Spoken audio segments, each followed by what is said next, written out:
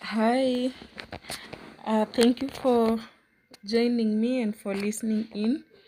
So, today, as I was going about my daily activities, a thought came to mind and I just thought to share it with you. So, I was thinking of the story of Joseph, the story of Jacob, and how Joseph was sold into slavery. And because Joseph was sold, went to Egypt at the age of 17, and then he rose to power at the age of 30.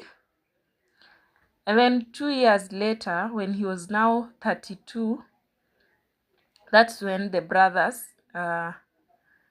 came. You can correct me. I'm not sure if he was 32 or more, but I think after some 2 years, that's when the brothers came to the land of Egypt to look for food. And at this particular time, for me, what stood out in this particular thing is the silence of God between the time that Joseph was sold and the time that now Jacob is receiving word that Joseph is now in power in Egypt and that Joseph is alive. At that time, after God was silent for more than 15 years, because Jacob didn't know his son was a slave in Egypt. Otherwise, he would have moved mountains to go and save his son. And so Joseph was sold, Genesis chapter 39. I think that's when Joseph is being sold to Egypt. And then God is silent all through 39 verse, then Genesis chapter 40, chapter 41, all the way up to chapter 46. God does not tell Jacob anything about where Joseph is, anything about Joseph that we know of. And now, verse 46, after the brothers go and tell their father, Joseph is alive and we've been sent to go, we've been sent here at the chariots, we've been sent to come and pick you so that we can go to Egypt. That is the point that God actually speaks after more than 15 years. And so let me read chapter 46 verse 1. So Israel took his journey with all that he had and came to Beersheba and offered sacrifices to the God of his father Isaac. So it actually means Jacob had started the journey. And then verse 2, then God spoke to Israel in the visions of the night and said, Jacob, Jacob. And he said, here I am.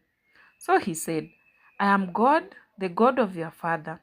Do not fear to go down to Egypt, for I will make of you a great nation there.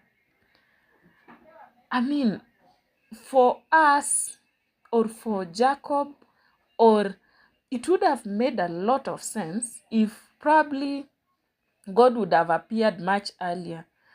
Let me say that day or 2 days later, the day that Joseph was actually sold to slavery, and probably gave him an assurance that your son is well, your son is going to Egypt. But coming to think of it, what would have happened? Jacob would have interfered with the destiny of Joseph had God told him that at the very beginning or before the actual time, the time that God had designed. So this has just taught me something about when God is silent in your battles. When God is silent, you are praying about something and God seems just not to care about what you are praying about. You've prayed and prayed and prayed and nothing, no change at all. In fact, it seems as though he even doesn't care or he's not even interested in what you are praying about. I think probably Jacob cried and cried and cried about Joseph. And those moments felt like God didn't care. Why would you allow my own son, Joseph, of all my sons, to be ravaged by wild animals? Why? God felt very far at that particular time. But looking at the story, it all now makes sense why God was silent. So sometimes God has to be silent for you to get to where you need to be. Had God talked to Jacob before the right time for Joseph, Joseph probably would not have been who he became. Had Jacob, the love we know Jacob and Joseph shared, if he knew, he would have moved mountains to go and save his son Joseph in the land of Egypt. And so this is just an encouragement that when God is silent, he knows what he's doing and his time is right.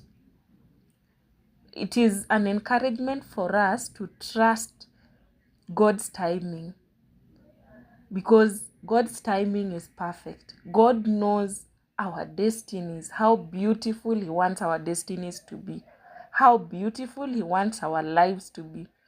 And if we interfere with the process before the right time, the time of God, then it may not end beautifully as God had envisioned it. So it has just taught me a huge lesson that the silence of God, there is work that is going on. The life of Joseph was being reformed. Joseph was being prepared for the destiny. He was being prepared for that huge load that he was to carry in the land of Egypt. He was being prepared for that big role, being the prime minister of Egypt. He was being prepared, and he needed that preparation so that he could take that role with courage, so that he would lead well in the land of Egypt. So if you feel God is silent on you, then you should be celebrating. There is something going on that you don't know or that you have no idea of. God is working it out behind the scenes.